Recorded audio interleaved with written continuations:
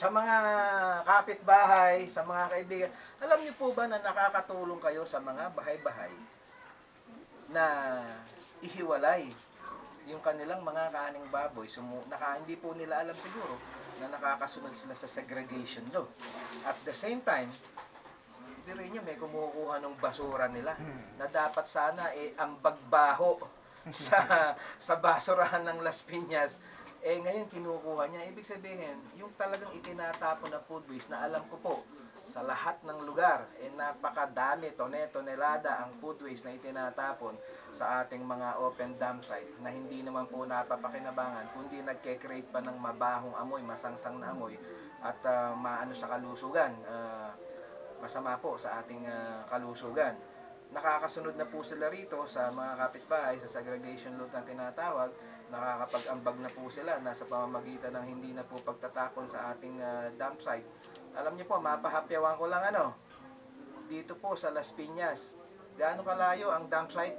Tansya lang, gaano kalayo mula rito sa kinalalagyan natin? Ilang kilometro? May dalawa? Dalawang kilometro. 2 kilometro ang layo sa open dump site ng Las Piñas mula po dito sa kinalalagyan natin.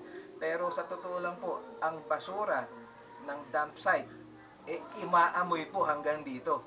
Umaamoy hanggang dito. Nagtataka lang din ako kung bakit bukas pa yung dump site, samantalang may memorandum na po ang ating si Secretary Atienza na isarado na ang mga dump site. Diba? Nagtataka lang po ako bakit bukas pa. Ganun po ba katitigas ang ulo ng ating mga nasa gobyerno rito?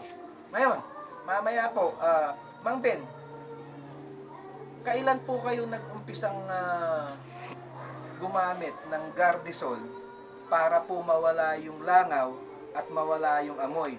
At bakit po ba kayo nag-isip na kung paano matatanggal yung amoy sa kabaho? Bakit po ba? Narereklamo po ba kayo? Kayo ba mismo nababahuan? Kasi nga nung nag-umpisa niya, nung reklamo ako dito sa kapitbahay. So, nireklamo kayo? Oo. Nung reklamo ako, itong manugang ko, may nasabi sa akin, kay guardian siya, meron daw solusyon. Kaya hindi naman ako nagkantubili na, sige na ako, tignan natin kung anong klase. So, ginamit niyo na po yung guardian solution? Kaya ginamit ko yung guardian solution na yan. Ayun. Ano po sa palagay nyo, sa ilang araw na paggamit nyo, paano po kayo nakumpinse na epektibo naman pala? Awa naman ng Diyos, hindi na sila nagreklamo sa akin. Hindi na. So, kaya pinagtuloy-tuloy ko na yung paggamit ko dyan. Hindi na ako, tsaka pangalawa, nung una hindi ko nga alam na pwede rin pala ipakain sa baboy, yung pala. Pwede rin palang pampataba ng baboy, kaya... At yan hindi lason dahil walang halong kemikal. 100% guaranteed free na wala tayong halong kemikal. Ito po paiikutin po natin yung camera paiikutin po natin. Ito po kusina. At ilang hakbang lang po kulungan ng baboy. Kung may mapansin man po kayong langaw, isa o dalawa. Kumpara po sa mga malalapit sa baboyan na talagang isang tambak ang langaw o kaya sa mga alagaan ng manok, lalo na yung alagaan ng manok.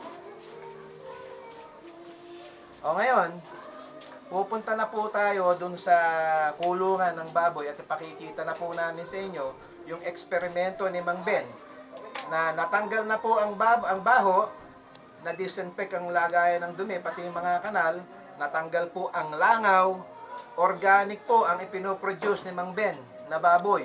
Iba po ang lasa ng organic, masarap yan at ligtas po tayo dyan kahit yung mantika ng baboy. Ngayon, pupunta na po tayo para malaman nyo kung gaano kalapit lang ang kulungan ng baboy at mabisita natin yung organic pig na ineksperimento ni Mang Ben. Mang Ben, samahan niyo po kami.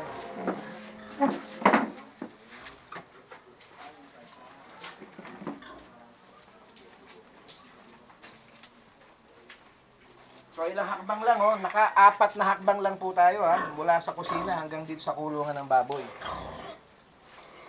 Asan na po yung pinakain natin ng kaning baboy mo? Yung pinakain na kaning baboy, ito na yun Ayun na ba yun? Oo. Pala, katunayan nga, na yan ilang buwan na po yan?